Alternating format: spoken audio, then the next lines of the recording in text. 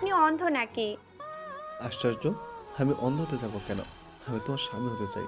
আপনাকে আমি বিয়ে করতে পারবো না, আপনি এখান থেকে চলে যান। আমি ছেড়ে যাওয়ার পাত্র নই। যদি যাইতে হয় তোমাকে নিয়ে যাব। আমার দুটি হাত নেই, এটা আপনার চোখে পড়তেছে না? বিয়ের পর কিভাবে সংসার করব, হ্যাঁ? সমস্যা নেই, আমি সংসার সামলাবো। এই কথা বলাটা যতটা সহজ, তার চেয়ে করে দেখানো বেশ কঠিন। এই হাসিব কখনো মিথ্যে বলে না। ভালো, শুনেন, আমি আপনার উজ্জ্বল ভবিষ্যৎ নষ্ট করতে পারবো না। এর চেয়ে সুন্দর একটি মেয়ে দেখে আপনি বিয়ে করে নিন। শোনো দীঘা, আমি বলছি তোমাকে বিয়ে করব। এটাই আমার শেষ কথা। আপনি আমার মাঝে কি এমন দেখলেন শুনি? যা তোমার মাঝে আছে সেটা অন্য কোনো মেয়ের মাঝে নেই। যেমন? বিয়ের পরে সব বলবো। শোনো হাসিব, আমি কিছু কথা বলি। আমার হাত নেই, যার কারণে না পারবো তোমাকে সেবা করতে, না পারবো রান্না করতে, না পারবো সংসারটি গুছিয়ে রাখতে।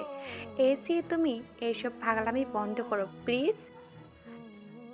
আমি এসবের কিচ্ছু দরকার নেই, শুধুমাত্র একটু ভালোবাসা দিও আমাকে। তুমি এমন কেন, হ্যাঁ? জানো, তোমাকে যেদিন প্রথম দেখেছি ঠিক সেই দিনই মনস্থির করেছি বিয়ে করলে তোমাকে করব। ঠিক আছে, বুঝলাম। তুমি আমাকে পছন্দ করো, কিন্তু তোমার পরিবারের মানুষ তো পছন্দ করবে না, তাই না? আমার পরিবারে আমি একাই। কেন? তোমার মা বাবা? আমি সেই ছোট্ট থাকায় মা মারা গিয়েছে। এরপরে বাবা আরেকটি বিয়ে করলো। এরপরে শুরু হলো আমার প্রতি অবহেলা। এসব সহ্য করতে না পেরে বাসা থেকে সেদিন বের হয়ে আসি। এরপরে কোনো রকমে কাজ করে করে আজ প্রতিষ্ঠিত হয়েছি।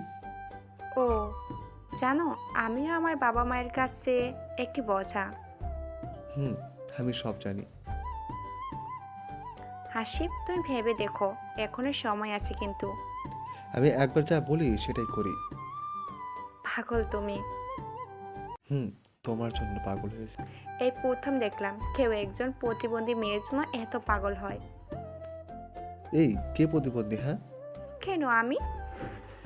কষে একটি থাপ্পড় দিব যদি এই কথাটি আর কখনো শুনেছি তো। আজ থেকে আমার দুটি হাত তোমার। তুমি এমন কেন? কেমন? অন্যরকম একটি পুরুষ, যার মাঝে কোনো অহংকার নেই। তাই? হুম। এখন বলো, তুমি রাজি আমার সঙ্গে ঘর বাঁধতে?